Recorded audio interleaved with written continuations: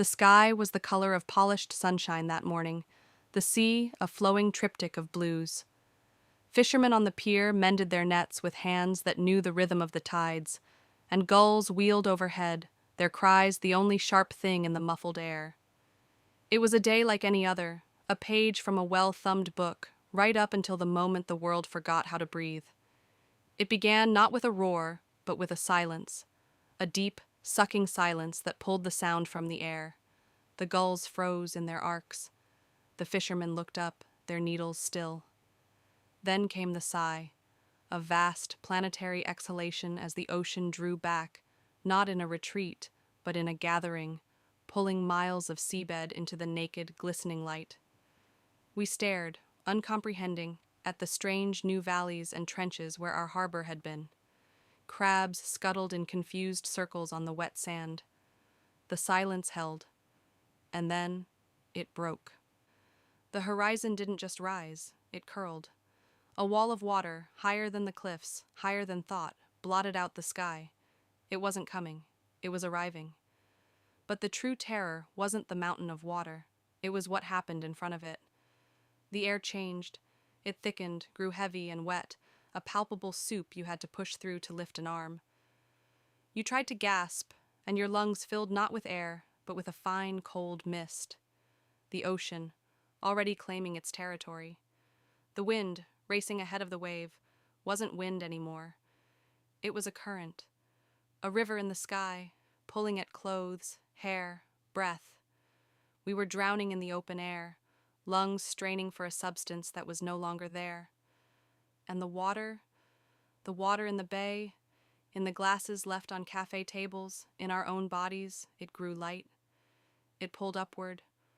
Raindrops from a shower 2 days prior reversed their course, beating on the ground before rising like tiny pearls toward the sky. The sea, as it finally reached us, did not crash. It swallowed, but it swallowed upward as much as forward, a vertical, hungry thing. In that chaos, the elements had traded places. The air had become a turbulent, suffocating sea. The water had become a grasping, weightless atmosphere.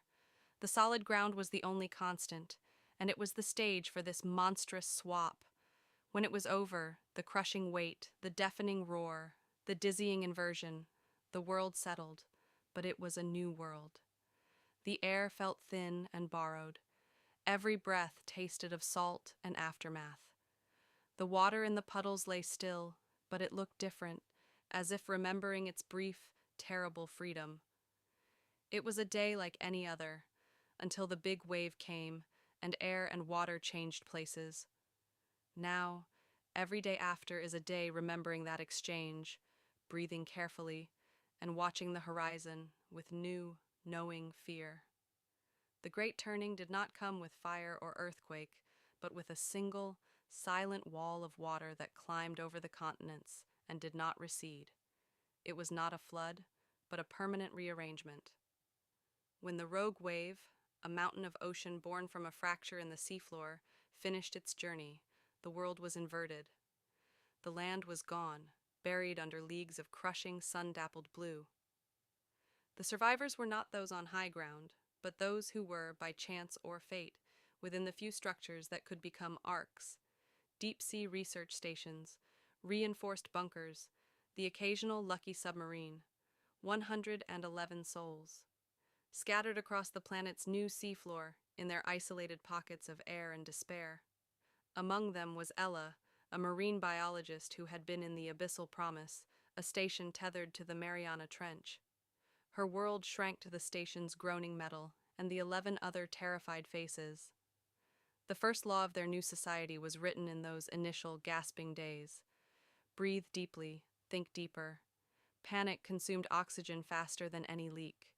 Their survival was a story of fragile light in eternal twilight. Ella, with her knowledge of bioluminescence, became a pioneer.